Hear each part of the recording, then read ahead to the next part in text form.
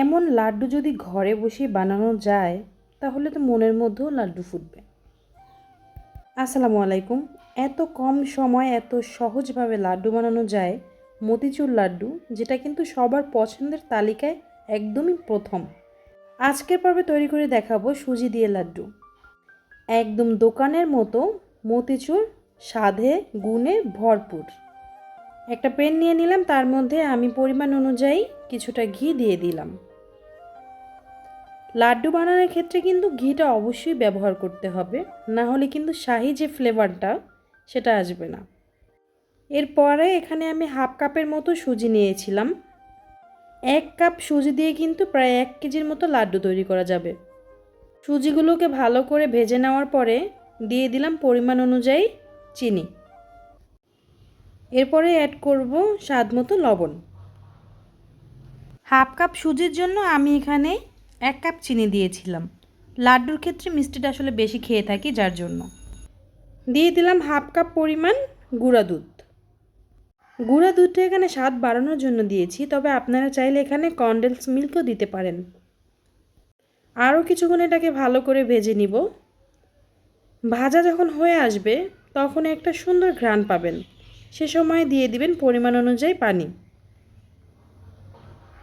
পানিটা যখন ফুটে আসবে এর মধ্যে দিয়ে দিব কয়েক টুকরা এলাচ ও দারচিনি। এতে করে খুব সুন্দর একটা স্মেল আসবে। এত অল্প সময়ে এত মজার একটি লাড্ডু আসলে তৈরি না করলে বুঝতে পারবেন না এটা খেতে কতটা মজা হয়। এ পর্যায়ে দিয়ে দিলাম ইয়েলো ফুড কালার। কালারটা কিন্তু দিতে হবে, কেননা সুজি দিয়ে যেহেতু বানাচ্ছি, না হলে লাড্ডুর মতো কিন্তু এটাকে দেখতে লাগবে না। তো লাড্ডু ফিল আনতে গেলে কিন্তু অবশ্যই ইয়েলো ফুড কালারটা দিতে হবে। চাইলে এখানে অরেঞ্জ অথবা রেড কালারও ব্যবহার করতে পারেন, তবে দেখার সৌন্দর্যের জন্য আমি এখানে ইয়েলো ফুড কালার দিয়েছি। 5 থেকে 7 মিনিটের মতো এটাকে ভালো করে উল্টে পাল্টে নেড়ে রান্না করে নিতে হবে। লাড়তে গেলে দেখবেন যে এটা সুন্দর করে উঠে আসছে, সে পর্যায়ে বুঝবেন যে হয়ে গিয়েছে। এরপর অ্যাড করে নিলাম কাঠবাদাম ও পেস্তা বাদামের কুচি। দিয়ে দিব সাদা তিল। এটা নাড়ার ক্ষেত্রেই কিন্তু বুঝতে পারবেন যেটা হয়ে গিয়েছে। নাড়তে যখন যাবেন এটা, তখন দেখবেন খুব সুন্দর করে উঠে আসছে, তো তখন ভাববেন যে এটা হয়ে গিয়েছে। কাঠবাদাম, পোস্ত বাদাম আমি আমার পছন্দ অনুযায়ী দিয়েছি, তবে আপনারা চাইলে এখানে অন্যান্য বাদাম কিশমিশও অ্যাড করে দিতে পারেন। ডেকোরেশন করে নেওয়ার জন্য আমি দিয়ে দিলাম সাদা তিল।